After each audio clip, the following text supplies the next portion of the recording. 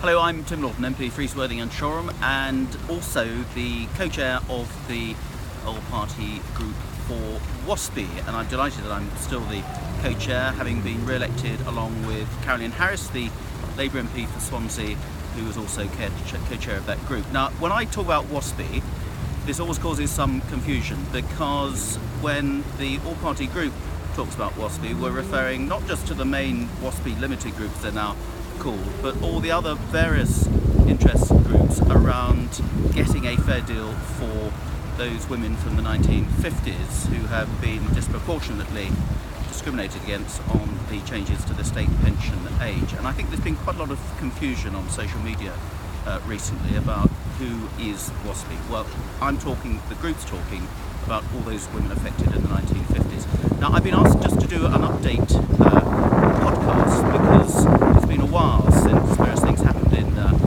Parliament, and all of us met representatives from various WASPI groups at the recent party political conferences, including me at our Conservative conference in Manchester. Now, one thing that happened, which is a bit of progress, but I just want to explain it, was back on the 7th of September, we presented a bill to Parliament, a piece of legislation that basically requires the government to look again at measures which would help to address this problem for women in the 1950s. So on the 7th of September, that bill was presented by Caroline Harris. It had all-party support, so it had my name attached to it. It had other Conservative MPs such as Maria Caulfield and Peter Aldous. It had other Labour MPs such as David Hanson and Chris Elmore, who are officers of the all-party group, Caroline Lucas from the Greens, and Christine Jardine from the Lib Dems, and Ian Blackford, the leader of the Scottish Nationalist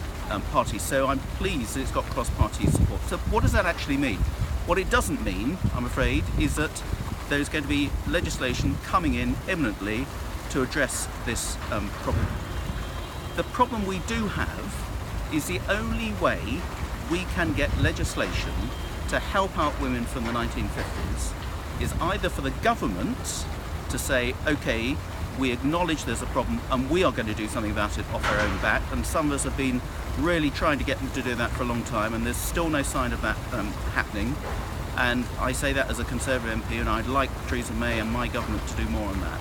But if they're not going to do that, then we need to have a piece of legislation which we can actually vote on and which means something. And the trouble is there haven't been any government legislation on pensions that we could put amendments to for some time, and there's nothing coming in the near future. So we put forward our own piece of legislation.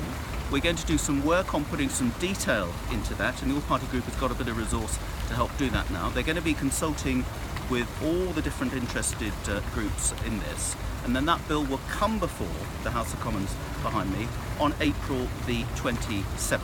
And if we've got enough people there on that day who can support it, and if we get time to debate it, there's a chance then it can start going through Parliament. But of course the government has a majority of sorts, and at any time can bring that to a halt. But I think things have changed. Obviously, in the general election, the Conservative government lost its majority, and the balance of power is held by the DUP in an informal coalition.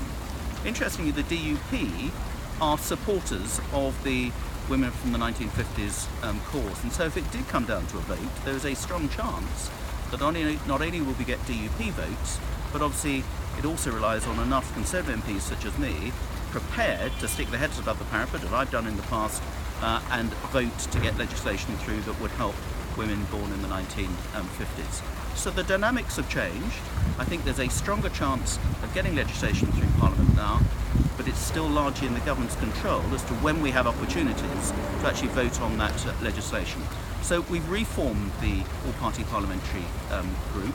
We're going to be doing this work. We're going to be consulting with all sorts of women over the next few months. We will be holding another debate in the next 2 weeks to make sure this is still the most debated subject that I've ever known in Parliament, that it keeps it on the radar, that the government can be under no illusion that this is an issue, this is a problem, this is a group of women badly treated that are not going to go away any time soon. Now, I appreciate that this has gone on for a long time. This is really frustrating. I would love it if we'd been able to get the government to come up with a solution before now. We haven't. We're playing the long game. I absolutely recognise that there are women who are suffering real hardship now. We've raised that in Parliament. We will raise that again in debates.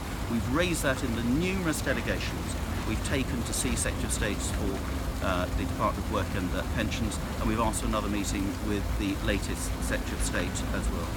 So please don't lose heart. We are continuing to fight your cause. I think we've got more people than ever in Parliament who support the cause of those women born in the 1950s who've been so badly discriminated against. And at some opportunity, hopefully in the not too distant future, we'll be able to put that support to the test through a vote in Parliament that actually means something, because these debates just on what's called an adjournment motion don't actually oblige the government to make any change. I hope at some stage we can actually get this change and at last bring some real help and much needed support to the many women I know are following our proceedings very closely. So don't lose heart. We are still with you. We're doing everything we can, and hopefully we're going to get a solution. Stick with us. Keep looking at this page and the All Party Group website, and we'll keep you updated. Thanks for listening.